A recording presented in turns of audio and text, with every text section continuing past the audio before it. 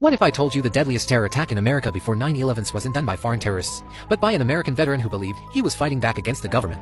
On April 19, 1995, a single truck bomb destroyed a federal building, killed 168 people, including children, and shook the nation. This is the story of Timothy McVeigh, the man who turned his anger into one of the most devastating acts of domestic terrorism in U.S. history. Timothy McVeigh was born on April 23, 1968, in Lockport, New York. From a young age, he was quiet and reserved, but those who knew him later said he was also proud, stubborn, and deeply independent. His childhood was not easy. His parents divorced when he was young, and he grew up in a household where stability was fragile. He struggled to fit in, and by his teenagers, he already began showing signs of anger toward authority and institutions. After graduating from high school, McVeigh joined the U.S. Army in 1988.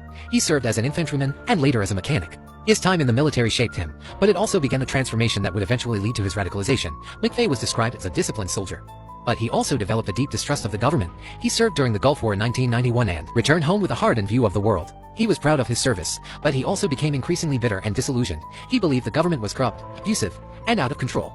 It was during this time that he started to connect with extremist groups and anti-government ideologies. The turning point came after the Waco siege in 1993 and the Ruby Ridge incident in 1992. Both events involved federal agents and became symbols for McVeigh of government overreach and tyranny. The Waco siege, in particular, had a profound effect on him.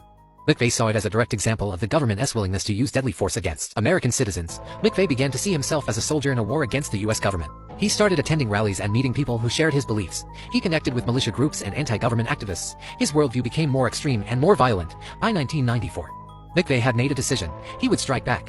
He planned his attack carefully. He chose the Alfred P. Murrah Federal Building in Oklahoma City because it represented the federal government. He wanted to make a statement to show the government that it could be hurt, and that citizens could fight back. McVeigh bought a truck and began preparing the bomb. He used materials that were legally purchased, but the combination would become one of the deadliest explosives ever used in a domestic attack. The bomb was made of fertilizer, fuel oil, and other chemicals, assembled into a powerful explosive device. On the morning of April 19, 1995, McVeigh parked the truck outside the Murrah Building. He timed his attack carefully. He chose a day when the building would be full of workers, including federal employees, visitors, and children who were inside the building's daycare center. At 9:02 a.m., the bomb detonated. The explosion was massive. It destroyed a large portion of the building, killed 168 people, and injured hundreds more.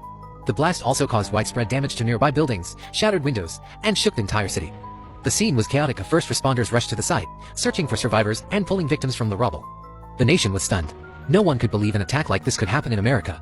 As the investigation began, authorities worked tirelessly to find who was responsible.